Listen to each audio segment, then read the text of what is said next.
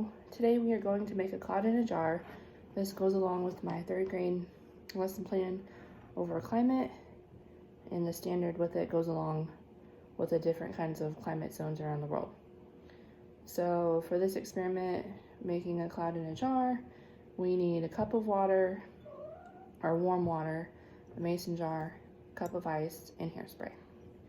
So first we're going to take the lid off the mason jar and turn the lid upside down.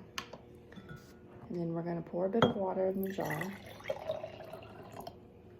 And we're going to swirl around the water. And then we're going to put the lid upside down on the jar and place some ice cubes inside the lid. And we're going to let that sit for a couple of seconds.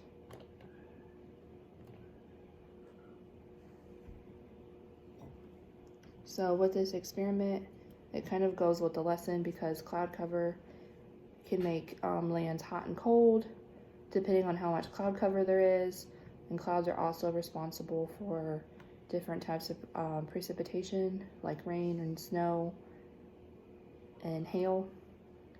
And students will see that some of the climate zones do have snow or rain or dry conditions or hot conditions.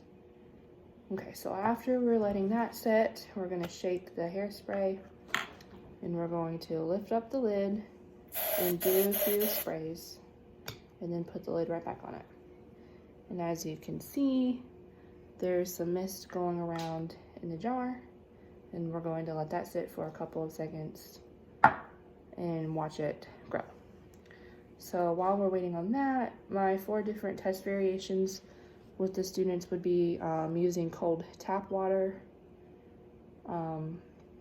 regular warm tap water, ice cold tap water with salt, which the ice water would be kept in a refrigerator until we're ready to use it, and then warm tap water with salt, because students can see if salt has an impact with cloud activity, because of course clouds can form over oceans.